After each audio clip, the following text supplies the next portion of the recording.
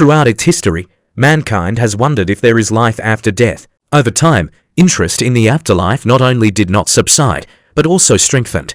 This is evidenced, for example, by the development of thanatopsychology. The increasing number of scientific publications and research in this area allows us to conclude that the process of its institutionalization as a scientific discipline has begun. Death is the cessation of vital activity of the body, which occurs as a result of the irreversible cessation of physiological processes in cells and tissues. Contrary to popular belief, human death is almost always a process, not an event. Sometimes one is surprised by the self-confidence of materialists who claim that after the death of the body, non-existence occurs. To state this with full confidence, it is necessary at least for science to learn how to synthesize life in the laboratory. But so far such experiments have been unsuccessful. Life is more complicated than a sequence of molecules. To date, neither side of the dispute has a clear knowledge of either death or the causes of life. When other representatives of science raise the issue of the incompleteness of the materialistic picture of the world, they are already beginning to diagnose any mental disorders.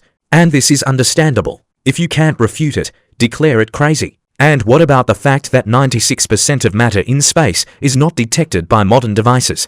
That is, there is some kind of indistinct substance, which is conventionally called dark matter. 96% of the substance in the world is an unknown substance. Then why do some scientists take the liberty to claim that the absence of God and immortality is a scientifically proven fact? And if in a living organism there is the same ratio of the unknown and the unknown, then 96% of some substances participate in human life, which we do not take into account, but have studied only for. Even in ancient times, philosophers considered man to be equal in the structure of the universe. Therefore, the death of a person is accompanied by the destruction of only the unexplored part of matter, and the rest unexplored goes into its invisible world. Of course, this is only a hypothesis, but, in our opinion, this hypothesis is not without reason.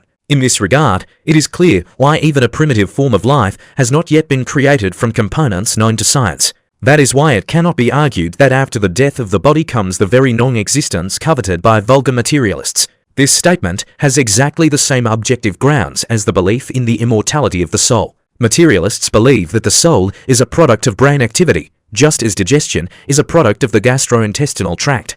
And they put the question squarely. If the rebirth of the soul exists, then where are our memories of past reincarnations? I don't remember, so it didn't happen. Many people follow this rule to calm themselves down and get rid of disturbing questions from the inside. And if we are talking about such a phenomenon as the reincarnation of the soul and past incarnations, then the main argument of all materialists is the lack of memories of past lives. On the one hand, this is a perfectly reasonable remark, which is difficult to argue with. But on the other hand, if everything is carefully analyzed, then this postulate will not be so indisputable. Don't you believe it? Then answer just one simple question. What were you doing on the 6th of May, 2002? Describe this day in all the details, from the moment you opened your eyes to the minute when your head touched the pillow. 100% you will say, what kind of nonsense is this? I can't remember every day of my life. Well, then, based on the above described argument, we can safely conclude that this day simply did not exist in your life and you never lived it. Agree that it sounds silly, but in this case, our attempts to explain spiritual amnesia by the fact that no past reincarnations simply exist do not look any smarter. In fact, there are two reasons why we cannot remember all our material incarnations. The first is the physical limitations. Of course, our brain has tremendous capabilities. It allows you not only to receive and process huge amounts of information, but also to store a large archive of memories. But still, if we are not able to save every event of even the current life, then how can we require our brain to remember hundreds or even thousands of past incarnations? Does this mean that all past experiences have simply dissolved and disappeared into nowhere? Of course not. All our memories and acquired knowledge are carefully stored in a common information repository, which receives data from every aspect of the higher self. And even in our current life, we can access it and reanimate our memories. As you probably already guessed, we can do this with the help of regressive hypnosis, during which you can literally relive all the events and those emotions that you experienced in your past travels to the material world. The second reason is the hints. Probably each of us has passed the exams, and there was one law everywhere: no cheat sheets and notes during the exam. They put a blank sheet of paper and a pen in front of us and allowed us to use only the knowledge that we had gained during the training. Therefore, when we come to Earth, we are deliberately blocked from all memories of past reincarnations and the spiritual world in order that we do not write off, but receive a unique experience in each new life. At the same time, it is worth noting that we always bring with us karmic baggage and those basic character traits that allow us to interact correctly with the world around us. And this is quite enough to pass through any trials with honor. For reference, reincarnation is reincarnation, the transmigration of souls. It is part of a group of religious and philosophical ideas and beliefs, according to which the immortal essence of a living being is reincarnated again and again from one body to another. This immortal essence is called spirit or soul, divine spark, higher or true self in various traditions.